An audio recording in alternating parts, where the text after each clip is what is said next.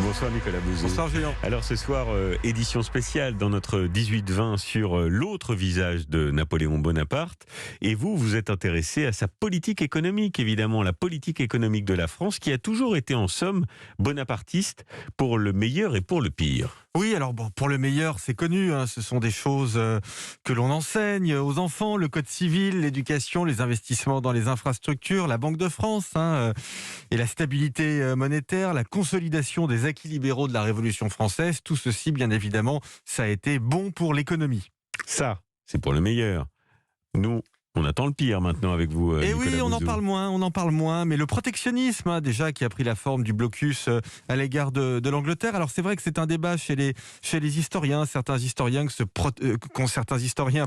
considèrent que ce protectionnisme est quelque chose qui a été plutôt bon pour certains secteurs, comme le secteur du textile, par exemple, mais je considère plutôt que le protectionnisme, en théorie, mais on le voit aussi dans l'histoire, est plutôt quelque chose qui est néfaste. Il n'a pas été le premier, c'est-à-dire il y a eu le colbertisme avant lui. Oui, le l'époque de la colbertisme monarchie. qui visait déjà à encourager l'économie par des interventions de l'État. Et puis, il y a eu aussi, bien évidemment, l'impact des guerres napoléoniennes. Quand vous regardez les statistiques économiques de la France, il faut attendre en réalité 1850, c'est-à-dire le Second Empire, pour voir un véritable décollage économique de la France, alors que dans un pays comme l'Angleterre ou dans les Flandres, ce décollage économique, il a eu lieu dès le départ de la révolution industrielle, dans les années 1800-1820. Donc la France a eu 3 décennies de retard sur les pays qui étaient les plus innovants. Et ce retard, on peut le mettre notamment au débit de la guerre.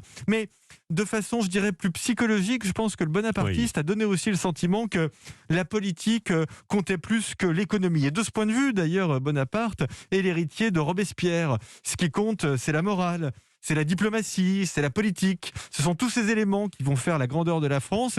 Et l'économie, pour Robespierre comme pour Napoléon, est quelque chose de secondaire. Et bien cette idée, vous voyez, Le parallèle je pense est osé quand même. Robespierre, Napoléon. oui, mais je pense que cette idée qu'ils ont en partage, cette idée, cette vision secondaire de l'économie, c'est quelque chose qu'on peut considérer comme l'une des sources du déclin français. Bonaparte n'a pas compris que l'économie, c'était l'une des causes, c'était l'une des conditions de la puissance.